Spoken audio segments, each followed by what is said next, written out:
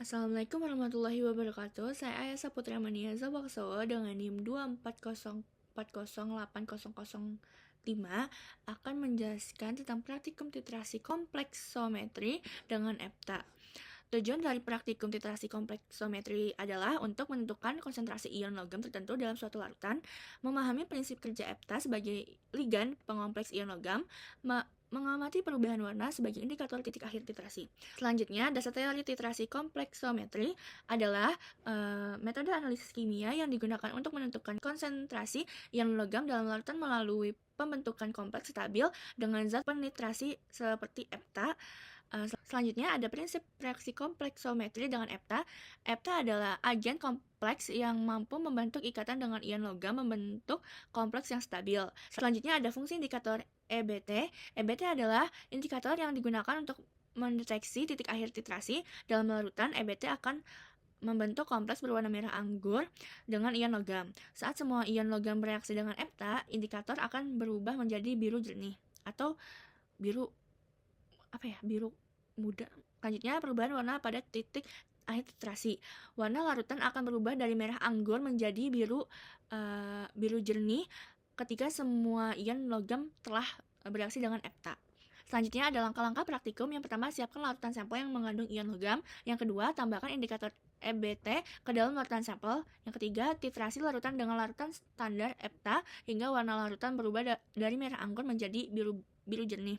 Yang keempat, catat volume larutan EPTA yang digunakan untuk menghitung konsentrasi ion logam dalam sampel. Selanjutnya ada bahan penting dan fungsinya. Yang pertama ada EPTA, zat penetrasi yang berfungsi mengikat ion logam untuk membentuk kompleks stabil. Yang kedua ada EBT, indikator yang menunjukkan perubahan warna pada titik akhir titrasi.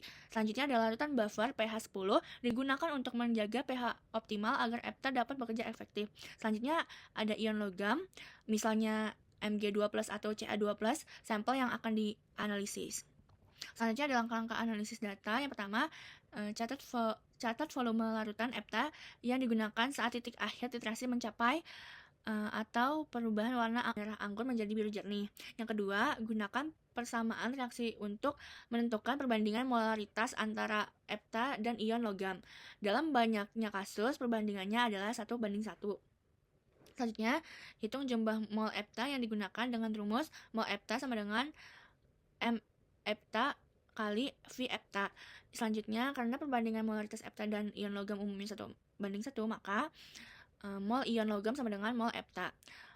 Selanjutnya, hitung konsentrasi ion logam dalam larutan sampel dengan rumus ion logam sama dengan mol ion logam per V sampel.